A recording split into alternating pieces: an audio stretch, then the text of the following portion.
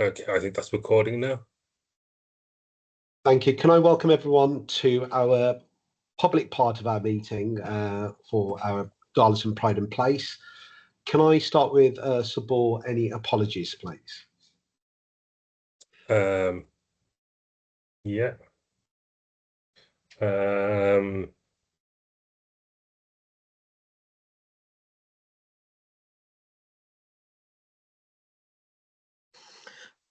Apologies from Jazz here. And So you should also have apologies from Imran. one moment, I'm just pulling up my tracker thing. Yeah, Imran, Councillor Burton, and Jazz here, and I think that's all. Hannah. Sorry? Thank you. Did Hannah not apologise as well? I haven't received any apologies from Hannah. Right. What I'll do, I'll give Hannah a call later on. So I'd like to welcome everybody, and we're going to do some introductions because we've got some colleagues just recently joined us. So I'll start with the list on my right. Adrian, could you just introduce yourself, give a bit of background so we can move forward? Adrian, you're on mute. Hello, I'm Adrian Walker, Darlaston resident and business owner. Thank you. Amir? Good morning. My name is Amir Yaqub. I'm a manager director working in the real estate sector. I'm also a resident of Darlaston. I am the vice chair of this board, and I also chair our business enterprise and innovation group. Aradhana? Hi everyone, I'm Aradhana Memi. I'm a resident and I serve as the chair of the Youth Advisory Group, and I also co-lead with the lovely Joyce on the Community and Residents Advisory Group. And professionally, I'm a coach, mentor and manager at Aston University. Donald? Hi, morning. Donald Bogle. I'm from the Ministry of Housing Communities, Local Government, a colleague of Jazz Dolphin. I work in the Community Strategy team and attending really as an observer whilst ministers are away during the summer, just trying to get a bit more of a picture and understanding of how sort of Pride and Place boards are operating and the kind of issues that are coming up. So thanks for having me along. Thank you, Donald. Jackie? Yeah, Jackie Brunton Douglas, Walsall Council, and I'm currently the manager of the Nation Towns and Cities programme, which I've come here to tell you all about. Jazz? Hiya, I'm Jazz Dolphin. I'm your delivery lead for the West Midlands. So I was at the last meeting. You'll see a lot more of me. And I'm here as an observer as well, and as a helper. Thank you, Jazz. Joyce? Hi, good morning. Joyce Gibson, resident of Darlaston for over 30 years. I'm on the board, obviously, and also lead of the communities and residents group. Kevin? Morning, all. If you can hear me, I'm currently sitting in the back of a taxi, about 5 minutes away from my desk, so apologies. Kevin Davis, also a member of the Business Advisory Board, chair of the Mercy Multi-Academy Trust, board member for the NHS Integrated Care Board, amongst other things, and I also worship in Darlaston. Kevin? Ruth? Morning everyone, my name is Ruth Smith. I'm a resident of Darlaston and I am a member of the Youth Advisory Group. Professionally, I'm a secondary school teacher with a specialism in English and SEND. Nicola? Hi everyone, I'm Nicola White. I'm a Senior Stronger Communities Manager at WHG and up until October last year was a resident of Darlaston for 45 years. Welcome, Nicola. Peter? Good morning, everybody. My name is Pete Poulton. I'm a local policing inspector. For Walsall, I cover a number of areas, including Darlaston, the area of Willenhall, also Walsall Town Centre and Pleck and Palfrey. Peter? Beatrice?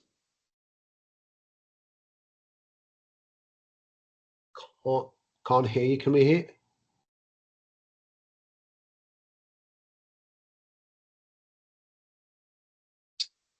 No, can't hear you. No.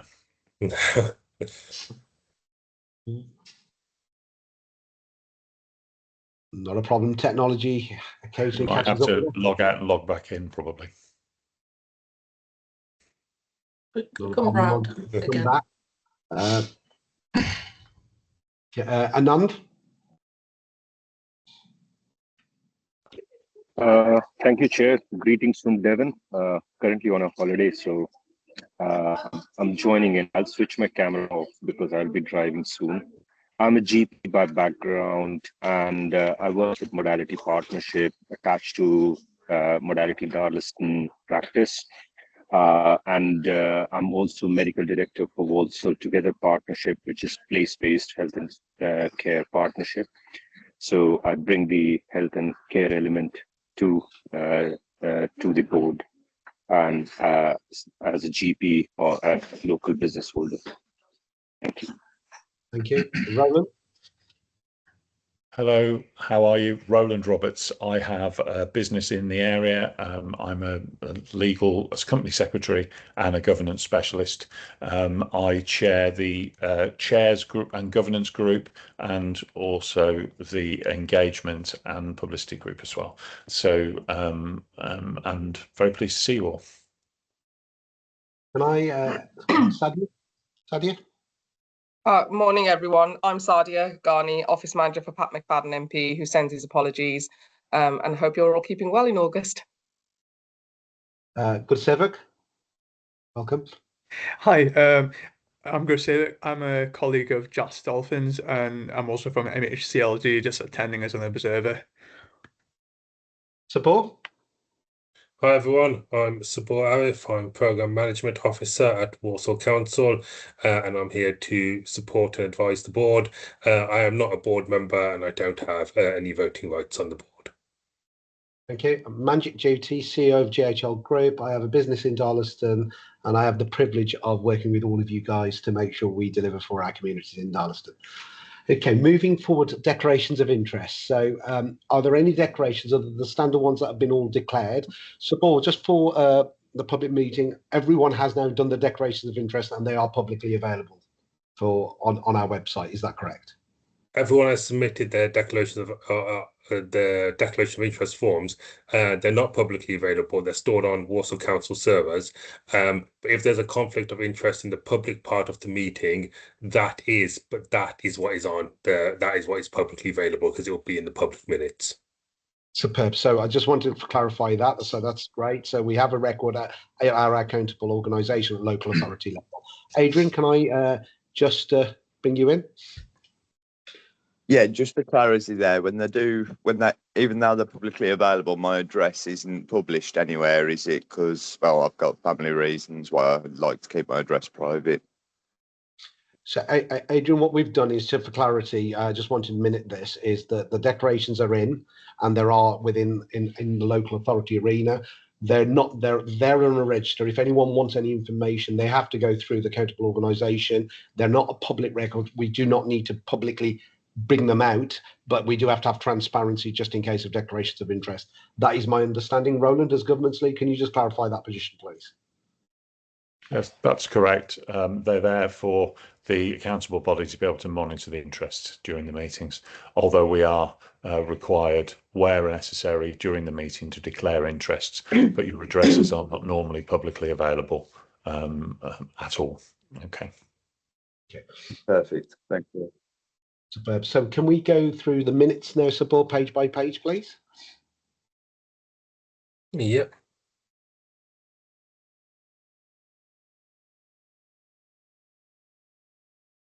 So these are the public minutes for the last board meeting on the 9th of July. We had in the public section, we had the updates from the functional advisory groups. So we had the community and residents group who gave an update and are arranging a meeting with Nicola Wright to coordinate activities. The youth advisory group gave an update on the work they're doing, and they're to meet with Adrian Worker about the send engagements. Business Enterprise Innovation Group gave an update, and there was an action for Amma Group to facilitate Adrian Walker joining the group, and we had updates from Interfaith and the community group as well.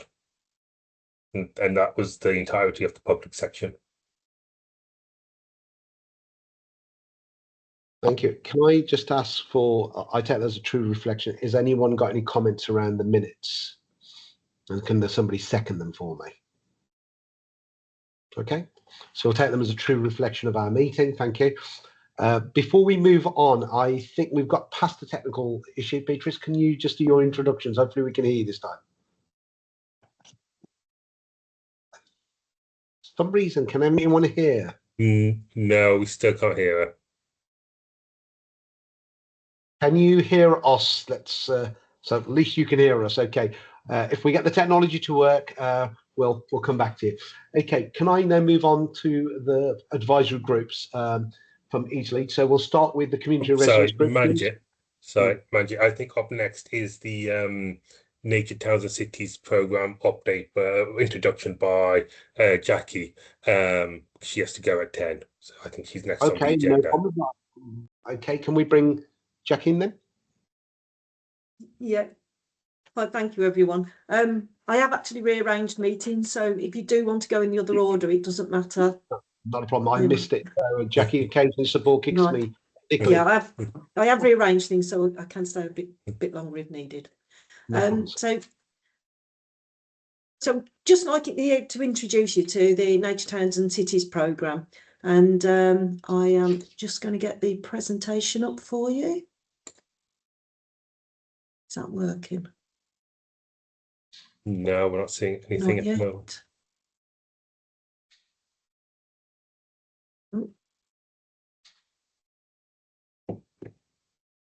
Yeah, I think that's loaded.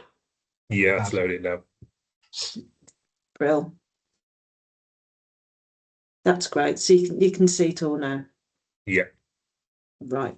So yeah, so I'm Jackie Brunton Douglas. I've worked for the council for about 6 years, looking after the Healthy Spaces team, which looked after all the parks and green spaces from a people perspective. So not the maintenance, but the engagement, doing activities, doing events and doing improvements to sites. One of the things the council hadn't got was back in 2022, the green space strategy was out of date, and it was something we really needed to look at. So funding came forward via the Nature Towns and Cities programme with the National Lottery Heritage Fund. You see the logos down on the bottom there. So it's funded through the lottery, but it's also a combined project with Natural England and the National Trust. And we're actually looking, because of the important links between nature and health, we're actually looking at developing a nature and health strategy. So moving on to the background. So as you're probably aware, there's a Walsall 2040 plan. There was a net zero plan. I'm not sure whether we're still working towards that. We've obviously got the local planning development. There's a local nature recovery strategy that's just come online from West Midlands Combined Authority. As I say, this green space strategy was out of date. I don't know whether you're aware, but we are in the middle of a biodiversity crisis. So particularly in the UK, we've lost we're one of the most nature depleted countries in the world, which is quite sad. So when you look at other countries and we're looking at, whether it's elephants in Africa, we've actually only got 53% of our nature left. And the problem is, because it takes place over such a long period, what we now see is our norm. So we don't realise what we've lost. And I'm sure we're all aware about the NHS crisis, where we've got to start moving towards prevention. We can't afford to carry on along the path we're on of fixing when there's a problem. So within the NHS itself, they've looked at moving to prevention and community-based, but in the terms of the NHS, prevention is still medicalised prevention. So what I mean by that is it's more about doing screening, whether that's for breast cancer, prostate cancer is one they were looking at. So it's medicalised. It's not actually about creating health and improving well-being. So, and the other thing in Walsall is when we actually look at Walsall, I don't know whether you're aware of this, but there is quite a split between the east and the west of Walsall. So the west is more urban.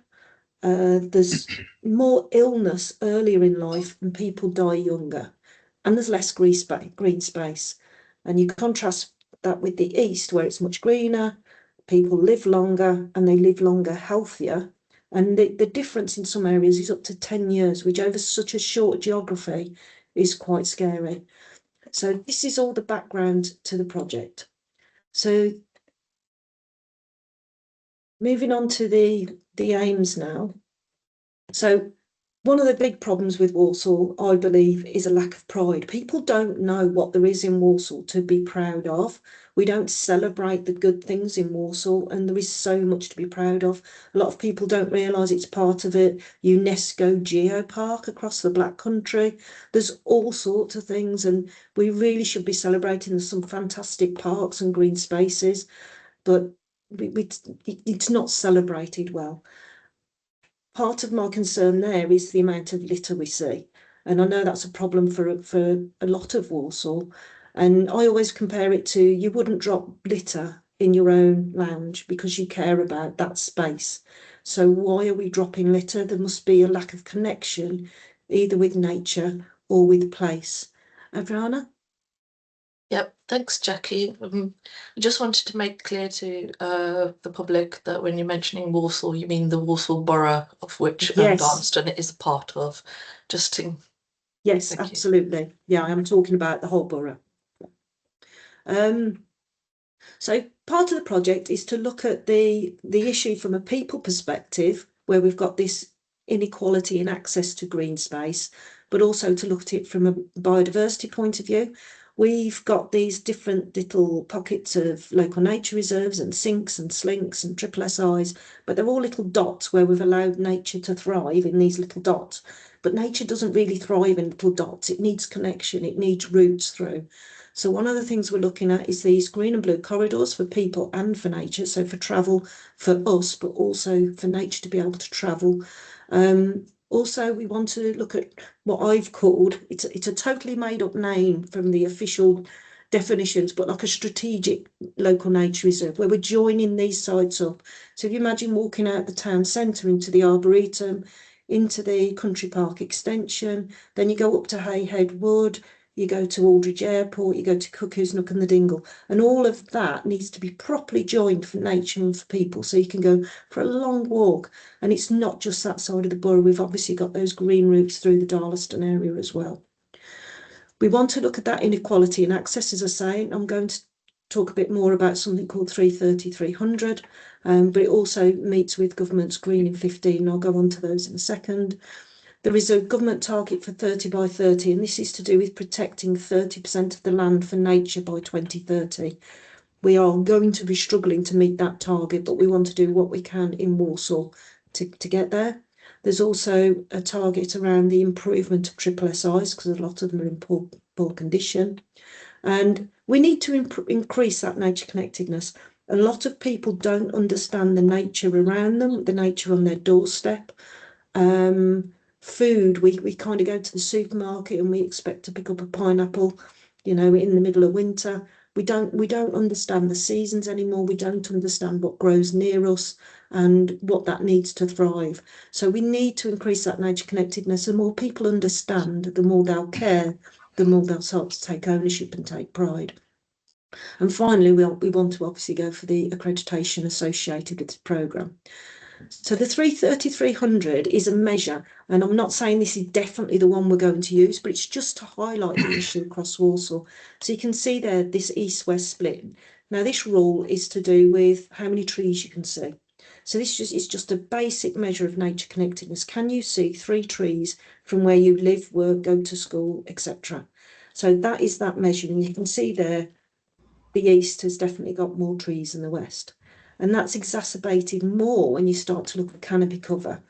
Now, this one is a rule of 30. So the idea is that you'd be looking for 30% canopy cover. That is actually very high. I don't know how high we're sitting, but a lot of areas are trying to get to like 19, 20%.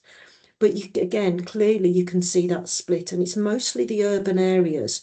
And you're probably aware of the urban heat island effect, where if you haven't got enough green space in urban areas, the concrete actually absorbs the heat and it reflects that, and it reflects it during the evening as well. And those places are much hotter than greener areas where they can be up to like 5-10 degrees cooler. So it's really important, particularly, you know, as we come into our next heat wave of the season, that going forward, we look at where these street trees are, for example, in urban areas, so that people can safely walk without getting burned, but also so that it's cooler as well for them to travel through. So, don't know how. I'll move to the next. There we go. Next slide. Apologies. So this one now is the 300 slide. So this is to do with your actual access to quality green space. So you should be within 300 metres, and this is the government's Green in 15, if you like, as well. So it's to be able to travel to a quality green space within 15 minutes, and you can still see. And overall, they all tie together into this final map.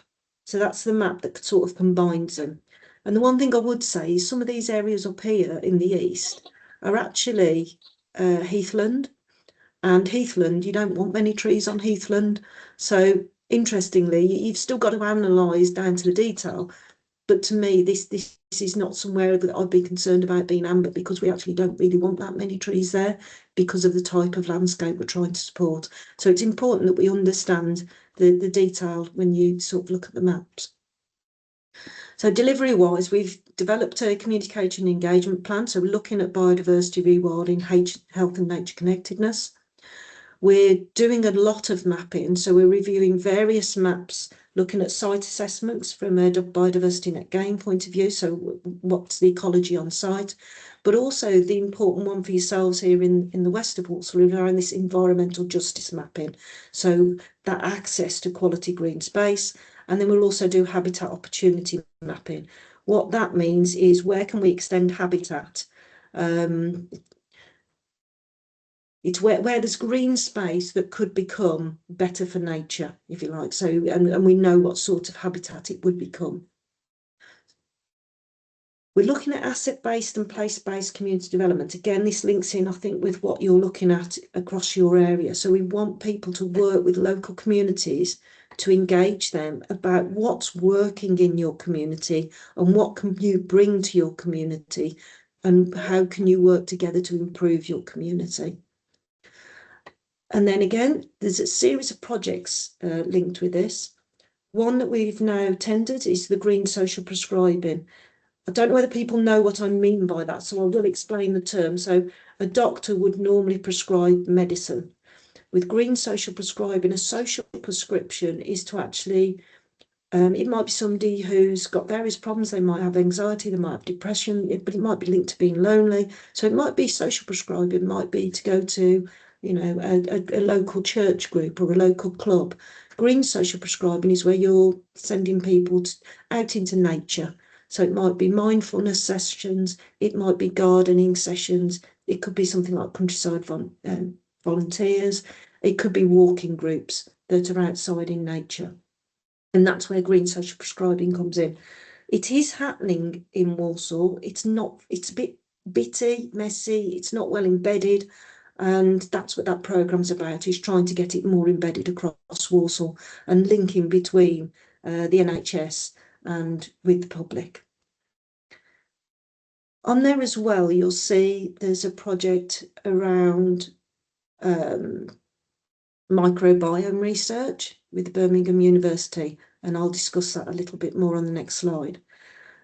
The one I think you're most interested in, though, is around the adopter space. And we've actually renamed this now because I think we didn't like the term adopter space, and we're now calling it embrace your space, which sort of clarifies a bit more what it's about. And what we want is for people to look at their space around them, look at those spaces that aren't working for local people. So if it's a green space that's neglected, it's not working, what could that become better for you? We've got a load of work going on with the food partnership. We know there's a lack of fresh fruit and vegetables in the area. It could be there's growing projects to actually get that produce for people that they can just pick. There's a town in Germany called Andernach, and it's actually a growing town. And literally the community works together to plant up, and anybody can go and pick the fresh fruit and vegetables. And it's that sort of thing. It's like, can we start to embrace that sort of thing across Walsall? Likewise, it might be that the site would be better for the community if it had better seating, better benches for people to come together to eat food. It could be cultural events. It could be for activity. It could be art, sports. What can these spaces do better for you? Or is it for nature? Would you prefer these sites for more biodiversity? Would you like to see more wildflowers? You know, so all of this is around what you'd like to see. The picture there I'm just showing you is Bradford City Centre, where they've used various different methods to improve the area. So it's better aesthetically, but it's better for biodiversity. But you've still got your cycle route, you've still got your walking routes, but this is actually the centre of Bradford, and you can see that the concrete jungle has now started to move away and allow the flowers, the butterflies, the bees, the birds into the town centre. So moving forward again. So the environmental microbiome project. So we will be sharing the slides afterwards, won't we? Yes. Yeah. So if I share these slides, rather than playing this now, what I would recommend is you actually watch that video there. I could reshare it if we do have time, but basically we all know that the councils are struggling. So if you look at the council budgets, there's like 70% of it goes on adult social care and children's services. There is a link now that's clear between access to quality green space and your longevity. So taking everything else into account. So whether it's your ethnicity, how well off you are, etc., how close you live to quality green space affects how long you'll live, which is, I think, a really interesting statement for people to understand why they should care about this, why they should care about their green spaces, and why they should want to be using them. So what they believe is that it affects your gut microbiome. So we spend all this time, particularly through COVID, we're obviously, you know, protecting children, keeping them indoors. We're using antibiotic, you know, wipes and all the rest of it. The problem is we've developed over millennia to actually have millions and billions of bugs inside us, and they actually moderate your immune system. So that's why we believe now you're starting to see more allergies and problems like that. But in later life, it leads to all the other illnesses as well. So much now they believe is connected to your gut microbiome. So we want to educate people more about the gut microbiome. We've contacted a professor at Birmingham University, and she's actually going to do some project work across Walsall, looking at the green spaces between the east and the west, and to see if we can start to use that information to look at what's going on with people. So later, once we've got this baseline evidence about the environment, we're then going to use that to start to look at, she will be able to apply for funding to actually look at gut microbiome and be right at the cutting edge of work in this field. So the outcomes we're looking for, obviously we've got to develop the strategy. We want to develop these what we'll call target maps. So we want these linked up sites for nature. This is like what we'd like to see happening. And then there's these linked up sites for people. But also we want to address that inequality of access. So as much as, you know, I love the green belt as much as anyone else, I'm also really conscious from a public health point of view that actually we need more green space in the west of Walsall. We need more quality green space in the west of Walsall. So that is what we need to be considering as we look at these maps. We want to end up with some costed projects so that will then form a different way forward with green finance. There's something called the Local Investment in Natural Capital Programme, a link project going on across the West Midlands Combined Authority, and they've now developed their platform, which is a nature and health platform, where projects can go on there for businesses to bid into to actually improve biodiversity, to get carbon credits for BNG, etc. That will is all currently under development. So also we want this clear plan for how this adopt a space or embrace your space will work.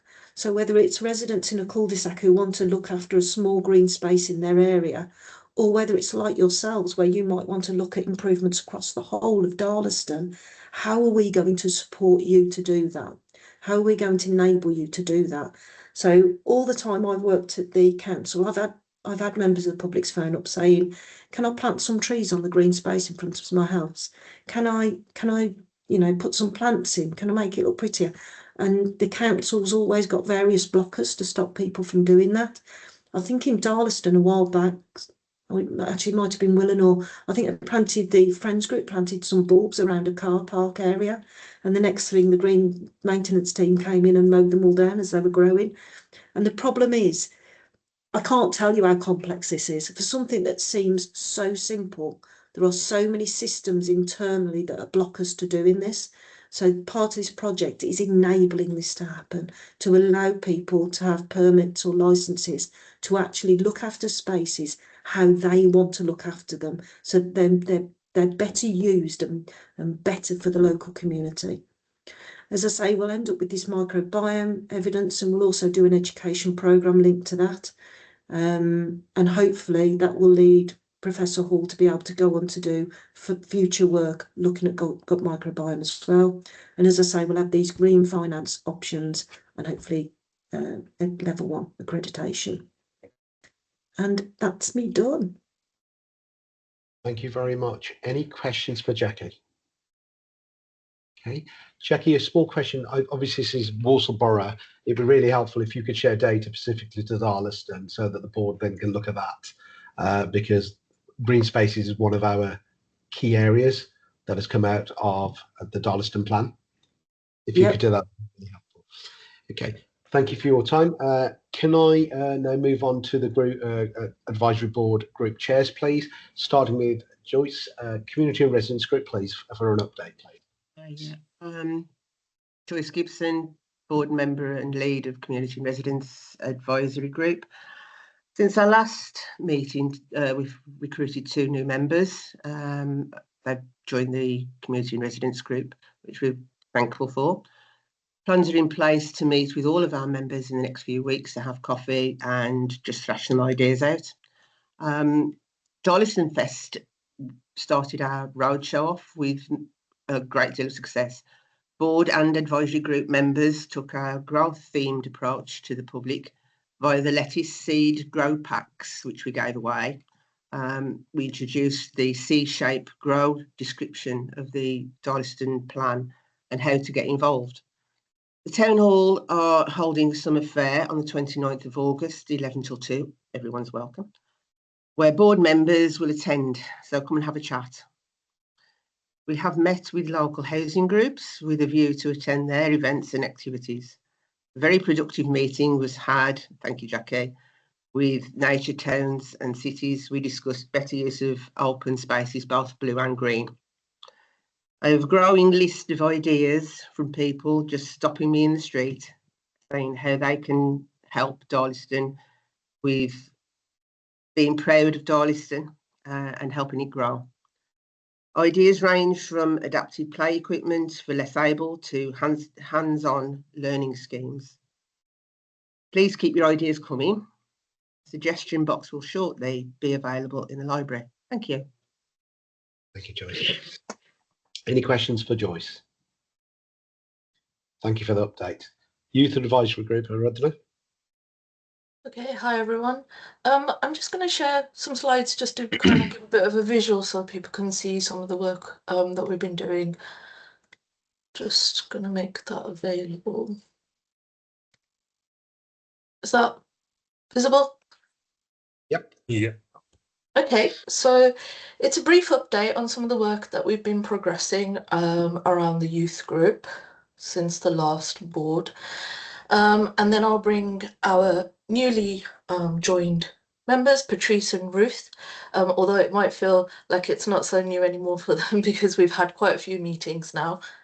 A lot of the work at this stage has really been about building the roots into engagement, thinking about who we need to hear from, how we reach those groups, different groups of young people, and recognizing that one method isn't going to work for everyone.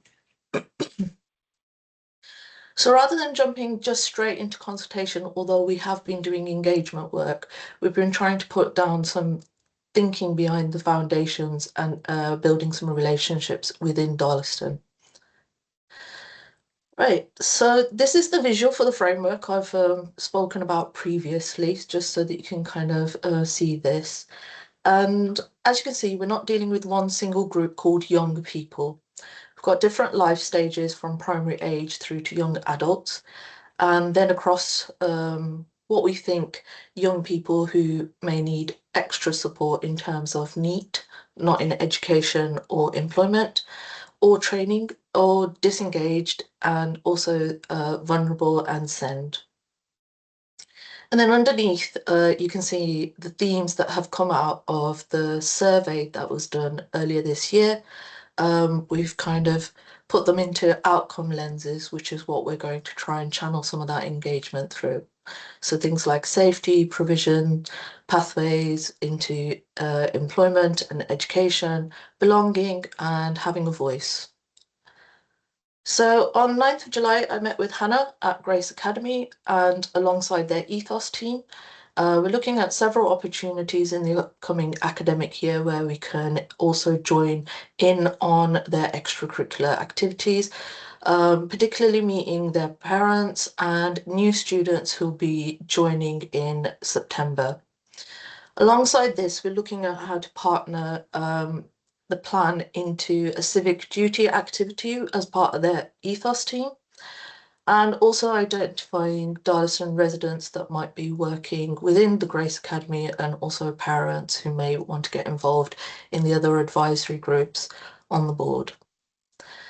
The first event in September will be the new Year 7 cohort, so we'll be joining them early September. I also want to look at establishing links with Wood Green and St Thomas More. Although they fall outside the boundary map, we obviously understand that a lot of Darlaston resident pupils are probably attending there, so we want to try and make some connections with them and look into what opportunities we can have there. We've also obtained the latest HAF programme list from the council. Thank you, Sybil, for putting that together. It gives us an opportunity to take engagement directly to young people and children and their families via the roadshow, which is what we're doing through the community and residents group. Just to kind of give a small point about the roadshow, that's a kind of lead up to our launch in October or September for the funding process, which I'm sure we'll pick up a bit later. But right now, the roadshow is about engaging people, recruiting people towards the advisory groups, and also kind of making them aware about the various themes that have come out of the survey. Alongside this, we have previously mentioned an engagement model is really important to give a genuine platform for young people. We previously touched on having a kind of shadow advisory group through kind of modelling the leadership team at Grace Academy, but we've now discussed various ideas, and particularly Roland is worthy of the credit here in terms of youth parliament style approach. And it's something we've discussed in our youth group, and we do really want to take this forward in terms of educating young people towards a kind of parliament style approach of getting elected, being kind of mini councillors for their areas, and also like holding mini surgeries where they would ask questions regarding digging deeper into these kind of themes and bringing it back to our youth advisory group. So that's something operationally we're going to be looking at putting together the plan. Okay.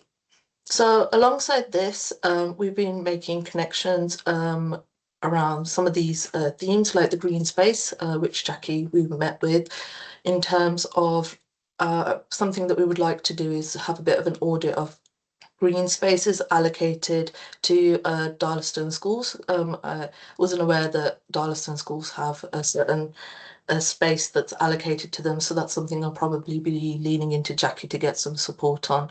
And then looking at how we can bring that embracing their space model further.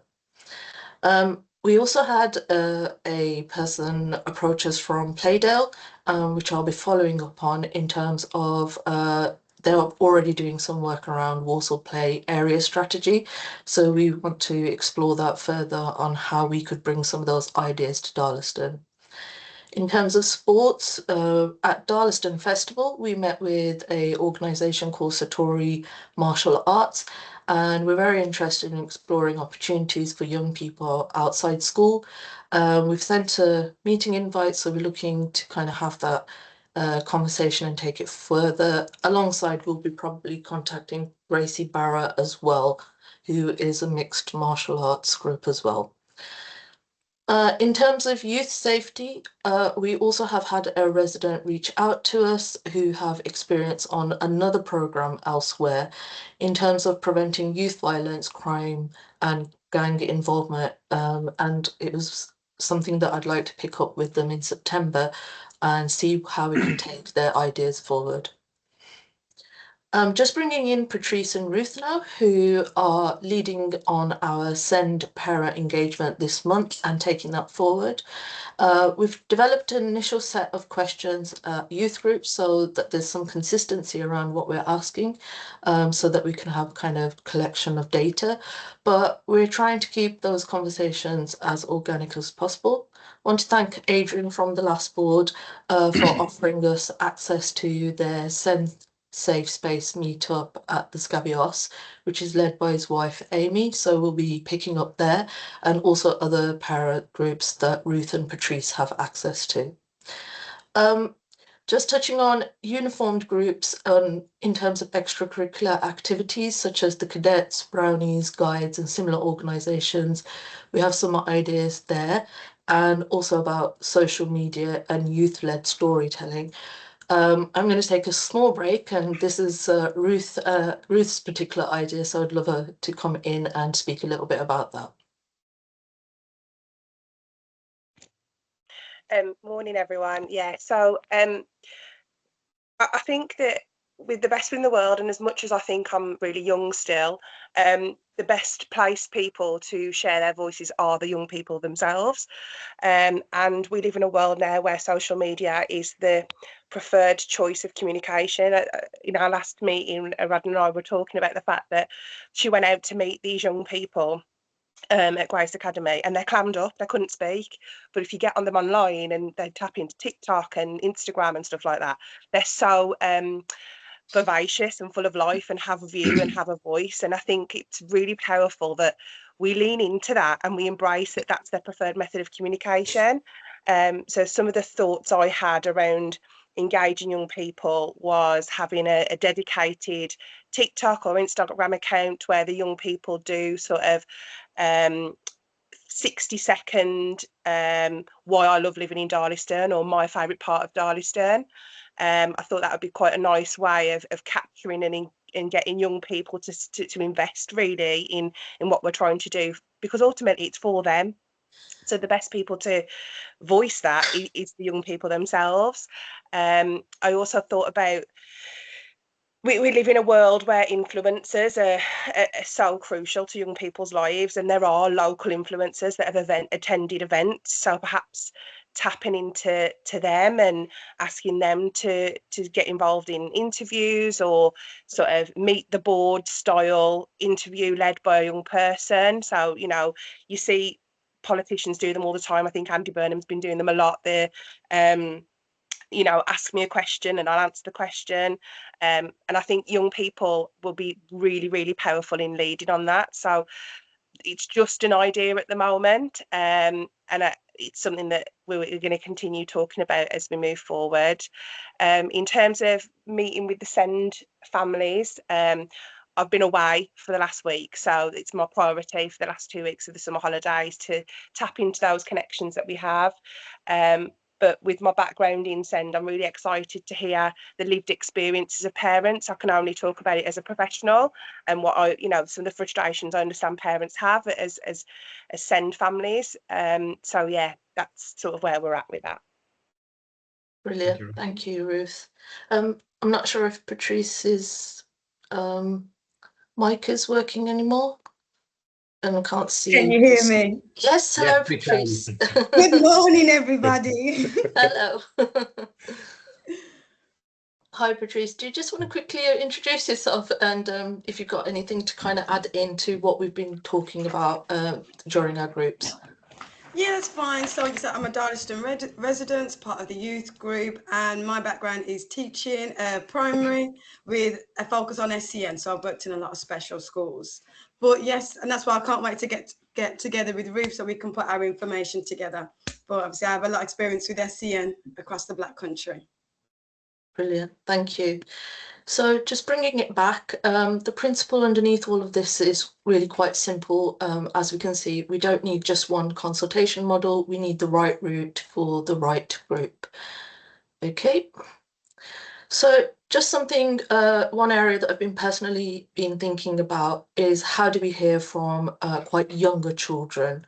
And I want to stress that what I'm showing you here is very, very much a concept stage, and it's nowhere near something complete, but it's something we're developing. The problem we're trying to solve here is how do we take these themes that have come out of the resident plan and make those meaningful to much younger children? So the idea here is called the Darlaston mission. The concept is that a child chooses a mission, explores one of the themes through a simple comic style activity, which also involves colouring. And what you see here is just an early experiment. The important distinction is that although it looks like a colouring sheet, it's actually a child-friendly consultation mechanism. So that is further developed into these 8 missions in terms of like safe streets, clean and proud, better green spaces, young people thriving, community spaces, and so forth. We're also testing a prompt in terms of, this credit goes to Manjit because we copied him at the Darlaston Festival, which was testing the idea out of if we gave you £500 today, how would you use that to make Darlaston better in the next 7 days? So we're just looking at generally taking this towards younger children, especially when we reach out to the primary schools in Darlaston. Okay. And now I'm just going to move on to another hat I tend to wear in terms of the community and residents and looking at recruitment into our advisory groups.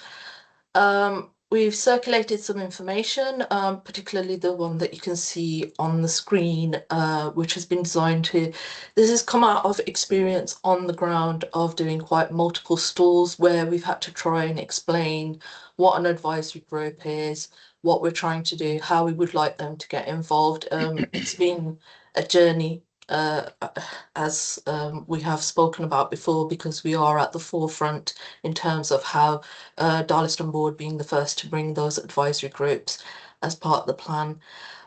So this information has been circulated to the likes of Modality Health Centre, ASDA, Grace Academy, and we've requested them to email this across to their staff networks, and if they can put it up in places where their customer or clients walk through. We're also looking to display these hopefully at local shops and community venues, and to also give them out at our roadshows. We're also looking to kind of send this out to the local other schools, like I mentioned about Wood Green, St Thomas More, and also looking at making connections at Gallagher Retail Park.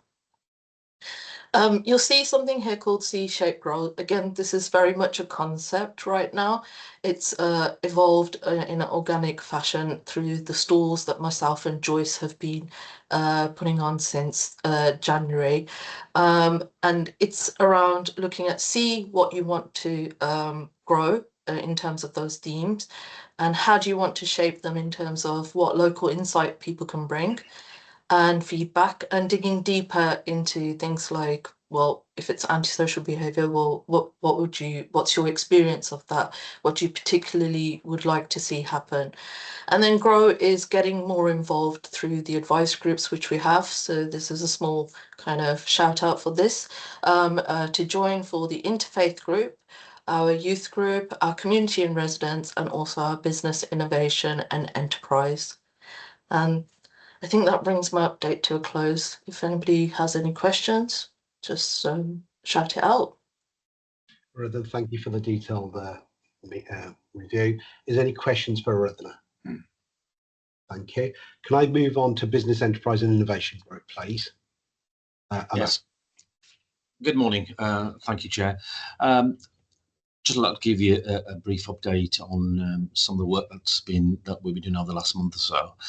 Our focus has primarily been on the work that happens really beyond the scenes. And that will include research, planning, networking, and more so developing relationships. Now, all of that is really about helping us create meaningful opportunities for Darlaston, more so.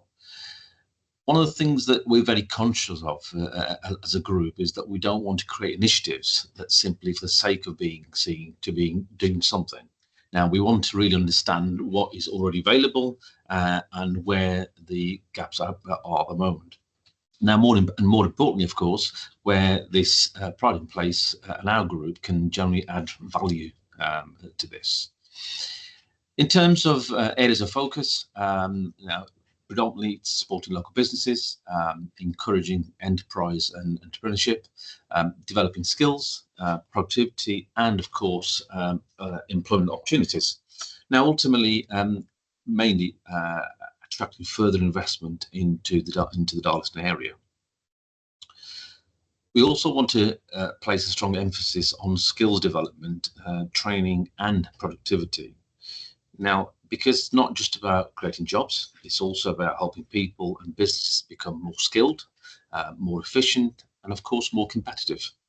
Now, that means supporting clear pathways into training and qualifications, encouraging upskilling and reskilling, of course, and working partners to improve workforce capability across the area of Darlaston. Along that, we're also looking very closely at how we can support younger people and new startups.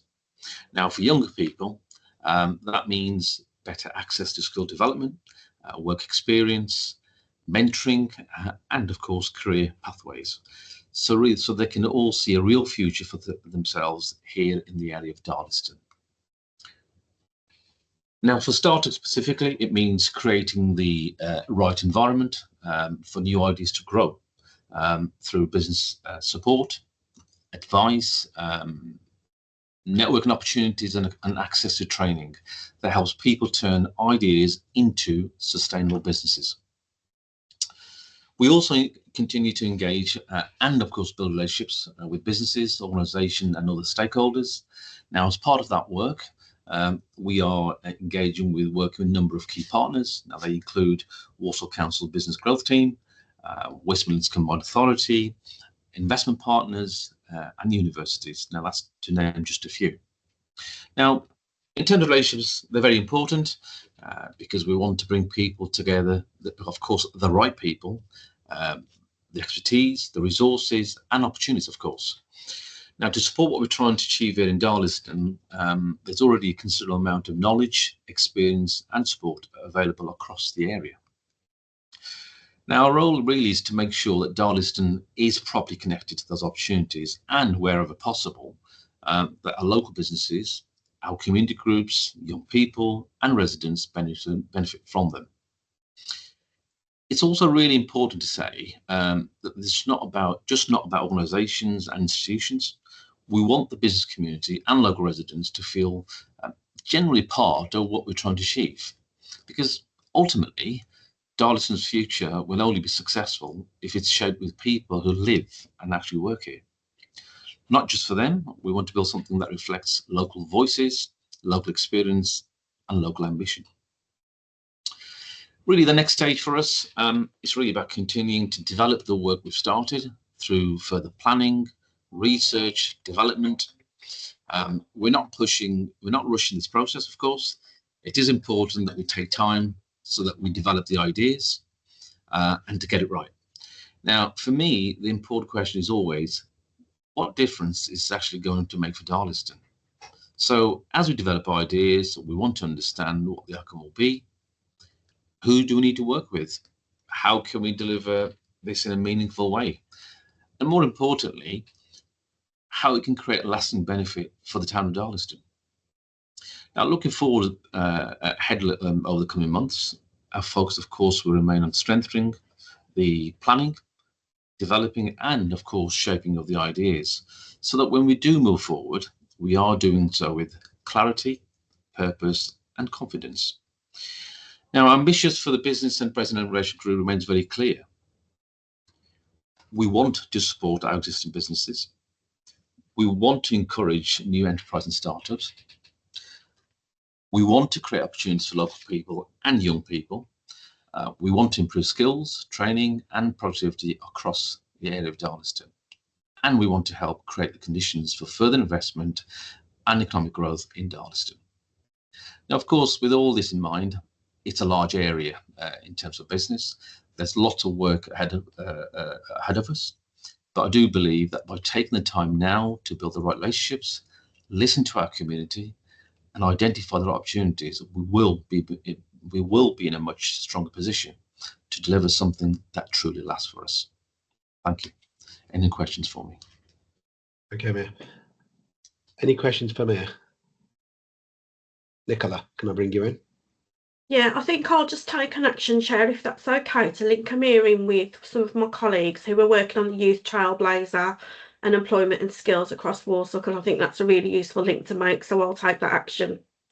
Thank you, Nicola. Thank you, ma'am. Thank you. Thank you for the time. So, Interfaith, Imran has sent his apologies. Has anyone got an update from the Interfaith, or can we move on to internal idea incubator space? I can just touch on that slightly. Yeah, So obviously we're looking at continuing to obviously recruit members into the interfaith group. So this is also a shout out to people who may be interested, who are particularly residents in Darlaston. We are following up leads in the Ravdasia community right now. So hopefully we're going to have 2 young adults come through via that channel. And Joyce, I think you have. We have a new recruit actually. We have, is it Maggie, isn't it? And you got 2, maybe 1 or 2 new leads as well from the Christian community. Yeah, that's correct. Yeah. Yeah. We're just following up. Just I think with the summer break, people are concentrating on family and rather than engaging with us. But obviously we keep. I'm not going to say pestering. I'm going to say we just keep reminding people, please do. Warmly nudging people. Yeah. Okay. Thank you. Thank you for that update. Internal idea incubator, Ronan, can I bring you in? And then can we also community action fund? So if you can cover both of those off for us, that'd be helpful. You're on mute, buddy.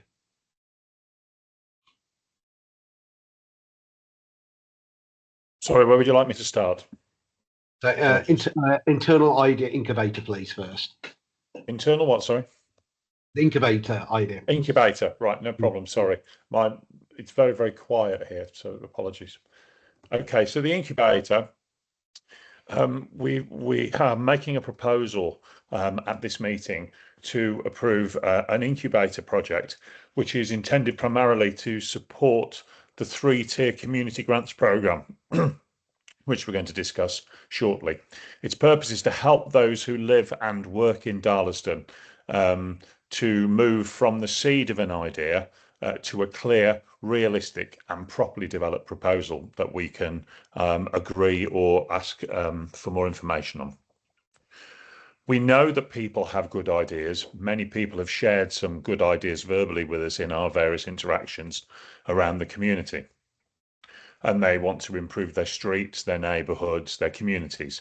But many don't have previous experience of applying for funding or for planning a project. And many of the people who come up with ideas will want to have an involvement in bringing them through to fruition. So the incubator is designed to provide a supportive route through that process, helping people think through what they want to achieve, who will benefit, what the project will cost, and how it will be delivered, and what practical support they're going to need. This support will be proportionate to the size of the proposed grant. So a small community spark application for under, say, £1,500 may well remain simple and accessible, and will encourage them maybe even to make their application via video, and will help them with any paperwork if we decide that we need that kind of paperwork. Right the way through to the larger proposals, which will need an awful lot more work and consideration, for budgets up to, say, £15,000. The incubator is not designed as an additional hurdle, and participation doesn't guarantee funding, but it's there to help people strengthen their ideas before making an application, and to ensure that potentially valuable local projects are not lost simply because the person or the group behind them has never completed any kind of grant application before. It also supports our wider commitment to community wealth building by helping those who live and work in Darlaston develop their ideas, skills and confidence. What we're trying to do is to build skills within the community.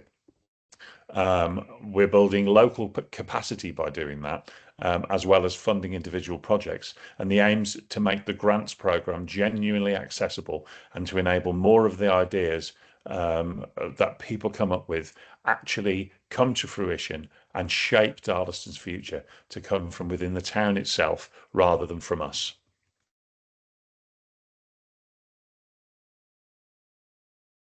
Does anybody have any questions on that? Thank you for that, Roland. And then Community Action Fund, please. Sorry, Kevin, you've got your hand up, sorry. Yeah, thanks, Chair. Thanks, Roland. I like the idea of supporting people who perhaps maybe some of them may not be experienced in filling out application forms. First question was on the capacity of the facilitation piece. Who's going to be doing that bit of work to help make it happen?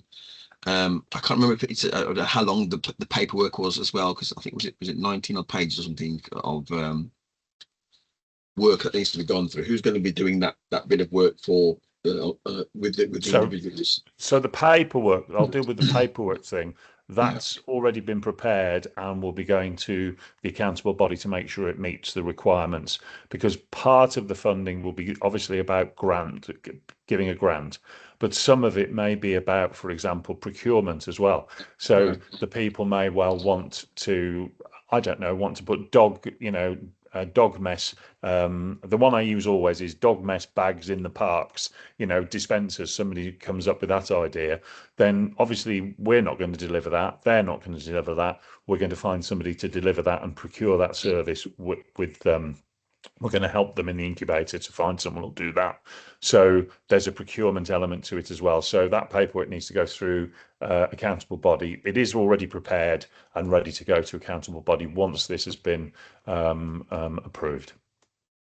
And the facilitation, who's going to be doing that support with the individuals? I know we talked about project, yeah. So we are going to ask for some external volunteer support, because clearly everything can't be done by the groups here. But, there is an intention that some people initially here will be doing that. And I've prepared some paperwork on exactly what would be expected in terms of the different tiers of application as to what kind of information will be needed and how it can be expressed, whether it's on a video application, whether it's on a paper application that's been helped, where somebody's been helped to put it together. But there is a format for that as well. But in time, we would like to be able to pull in volunteers from other places who maybe have some experience of doing this themselves already. Okay. I think that's right. I think it's a good point to try and pull on other people. I just wondered if we suddenly get a deluge of great ideas. It's about managing expectation within the community about what can be done and our own expectation about how we can facilitate that, really. So, and I think it's a very good point, because one of the key issues here is not only our ability to be able to manage the the process of the applications, but also right through the process, because they have to go to the Chairs Committee to be scrutinised, and then before they come to the board for a decision. And then after that, we need to be holding people to account, because most of the time we won't be giving them all of the money up front. We will be giving them money over a period. So there is a whole process here that needs to be managed, and clearly, you know, we can't just concentrate on just board members to do that, or advisory group members to do that either. We need to have a system in place, and the bringing on of a project manager, for example, which is what we're talking about shortly, will make a significant difference to that, because they'll be able to manage those processes for us. Thank you. Okay. Thank you, Kevin. Okay, so on the 3-tier grants, I just want to run through. This is something that is it's the second thing that we're going to do. The first thing is we're going to talk about the memorial in a short while. But this 3-tier community grant system is intended to provide a simple and proportionate way for those that live and work in Darlaston to turn local ideas into practical action. There's 3 tiers. The first tier, Community Spark, will support small ideas requiring up to, say, £1,500. These might include a community activity, small events, some equipment, or something that improves the street or the neighbourhood. The application process will be kept very straightforward for this, recognising that many applicants, as I've said before, might be seeking funding for the very first time. We want to encourage them, if it's a good idea, to come back with more as well. So we need to make that process as friendly as possible. The second tier, the community starter, will be from 1,500 to 5,000. That's where I see the bulk of the work probably coming. This will support more developed activities requiring a clearer plan, an appropriate budget, and some evidence of the benefit that it will bring. And the third tier, community delivery, that will provide grants of more than 5,000 up to a maximum of 15,000. And those projects will need stronger evidence of need, suitable governance, a realistic delivery plan, and clear arrangements for monitoring their progress and results. The requirements will therefore increase in proportion to the value of what they're asking for, complexity, and the risk in the grant as well. The system will be supported by the project incubator, which we just talked about, which will help those who live and work in Darlaston to move from the seed to a properly developed proposal. The purpose is to make funding accessible without weakening the accountability that we need for that public money. Those grants, obviously, just to be absolutely clear here, form only one part of the wider 10-year investment programme. This will allow local people and organisations to begin making visible differences relatively quickly, whilst larger and more complex projects beyond the £15,000 budget are researched, being consulted upon, are being developed, and are being approved. They're not intended to divide the whole fund into small, tiny grants. Let's be very clear. This is just stage one of a much bigger plan. The 3-tier system, therefore, creates an important balance. It gives those who live and work in Darlaston a direct opportunity to shape and deliver improvements right now, straight away, whilst the board continues to develop the larger projects required for long-term change and legacy. It will also build in some local confidence, some skills, and some organisational capacity, helping to ensure that the wider programme can be delivered with and through Darlaston, rather than simply being done to it, which is not the idea here. Thank you for that, Roland. Can I bring her other in then, Nicola, please? Okay, hi, Roland, thank you so much for that. I know you've worked really hard on like shaping that kind of grant process, and just correct me if I've kind of veered off a bit, but I just wanted to kind of supplement something that you're saying about how this is kind of your first stage. So the way we discussed it was that this would be like the trial kind of run for the first year, which will allow us to kind of take it to the ground, see how it's working, and also give us the opportunity to kind of evaluate this within a year and try and be quite kind of reactive to see if things need shaping up quite fast, because as we discussed, you know, there isn't a blueprint out there. we're the ones who are creating the blueprint right from scratch, hence why it's taking a little bit longer than we'd like, but we're all trying our best to get that out there. And I think the other thing that I just wanted to mention was that this is supposed to be the repurposing of the voluntary advisory group, because there's been a lot of discussion. We've been active for quite a while now, and we've been having those discussions in chairs group about what kind of purpose each group serves. And I think it's kind of come to light that actually the voluntary advisory group would serve better as an idea incubator, and that's why this proposal has come forward. And kind of touching on where Kevin was saying who's going to lead, that's something we still need to establish, and I think there is a strong tie-up with the project manager in terms of doing that work. But where we would have had a chair of the voluntary advisory group, now we're looking at having a lead on the idea incubator. The way I envisage it is not just a grant application angle of it, it's also kind of workshops, an opportunity to come and discuss with various chairs of the groups, because the engagement we're going to be doing on the ground, the way we see it, is we're going to be shaping those briefs to the community of this is what we're hearing and this is what the community needs. Is there anybody out there who can supply this? Like touching back on Ruth's idea of the social media around children, obviously that needs careful kind of shaping because of working with children. So we were thinking of like social media labs. Obviously we can't run that ourselves. There's probably services out there who may be able to shape up a proposal and come and help run a young people friendly social media lab and get that content that's relevant for them and for us.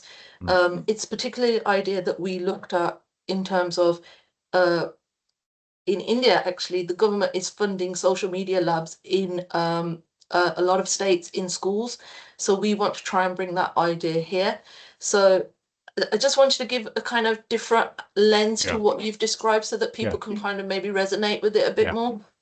I think that's a really helpful comment. And yes, just like all things that we're doing at the moment, there's very much testing and trying it out. So we're committing a fund of money to this in the short term, maybe for the next 6 or 8 months, to see how it goes. It may well form a longer term part of our project if it goes well and if it builds that community, because one of the things that we'll be talking about shortly is around that community building. We're building capacity into the community. What we want to leave behind is not a load of buildings with people's names on them. That's not what this is about. Although regeneration is part of the project, it's not everything. And part of it is about, it's in the name, pride in place. It's about being proud. It's about feeling that we can contribute to our community to make it a better place.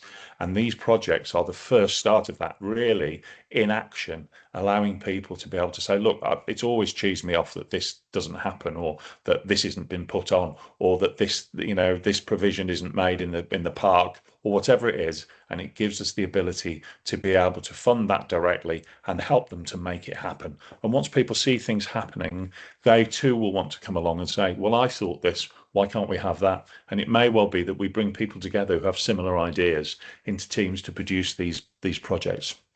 Just one thing to say as well on top of that is that where things are the council's responsibility, they fall under the council's responsibility, we would not normally spend money on those projects because we would approach and use our contacts with the council to see if we can make that happen in a different way.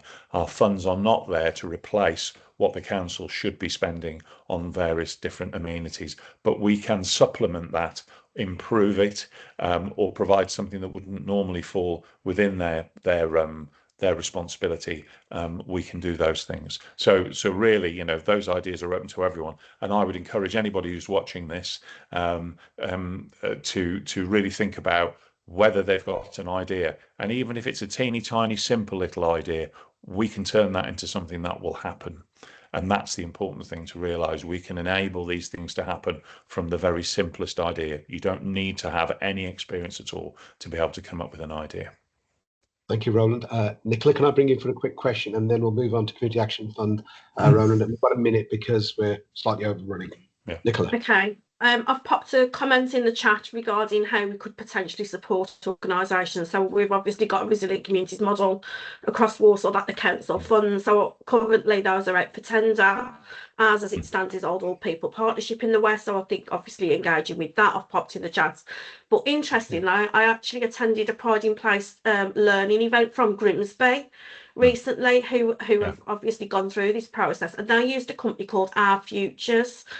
And there was a presentation there about how they delivered capacity in the community to exactly what we're talking about. I've got some copies of the slides. I can circulate them after this meeting, but I think it's worth following up, Roland. Yeah, I think there is an element to which people like Grimsby and us are coming up with things, and I'm conscious of the time, but it's an important message really, is that, you know, these 6 months have been a very busy 6 months for all of the people on this committee. Although things have been quiet, we've been waiting for approval, we've been waiting for the first funds to arrive, and in that time we've had to build from scratch a structure to deliver this money, and also to continue to consult, because the plan isn't the detailed plan. The plan is identifying all the key areas that need to be addressed. And now what we're going to do is to work with the community to find those projects to deliver on those plans. And that's the important second delivery stage, which is where we're at right now. Thank you for that, Ron. Community Action Fund, can we complete that in a minute, please? And then we'll bring the public meeting to a close. Over to you, Roland. Community Action Fund. Yes. So I think he's explained the Community Action Fund, have you, Roland, the 3 tiers. So I think it's just voting now to approve the internal ideas and community, and voting to approve the Community Action Fund going live. Yeah, okay. That's all it is. Thank you. Thank you. You took the words out of my mouth. Thank you. Okay, so I'd like to thank everyone for being part of the open part of the meeting. The first thing that I'd like to confirm is we would like to conduct all of our meetings openly, but there are certain things that as we go into private session to ensure that we are looking at contracts, process and people that we're discussing. So those things are actions that we will at private session make decisions. There are to make sure there could be sensitive actions that we need to take that need to be done in a closed group and a closed board. So I just want to make it aware to the public that's how we work. The other thing is that for avoidance of doubts, we are happy for scrutiny and open for questions. As you can see today, there's been questions today. We've had our colleagues. I'd like to thank everyone that has attended today, our public session. I will now bring our public meeting to a close, and we'll then go into our private session. Sorry to interrupt. Just before we close it, can we just vote to confirm the idea incubator and the Community Action Fund is moving forward? So Paul, what I'd like to do is we can confirm that in a moment if you're okay, but I would like to take to the private session. We're given a flavour of what we're doing because the board needs to approve it. Okay, so whilst we've brought it to a light here, we are going to be taking it to full agreement next to our private session. Yeah. Now, the other thing that I'd like to bring forward also is we've talked about how the public and our community gets involved. If anyone wants to get involved, there are 3 ways you can get involved. From a community perspective, you can reach out to our site and register your interest, and that's to join the board and move forward. You can reach out to the council and deal with that directly. And the third thing is we have an email address support that we will circulate and get that out to social media. We've talked about the project manager, but there is another appointment that we will be looking at, is somebody for comms and marketing and PR to make sure the messaging is very clear and out there. So I'd like to bring the public session to a close, Sabor and team. Thank you for your efforts, and I will move into private session. Thank you very much. Sabor, could you stop the recording?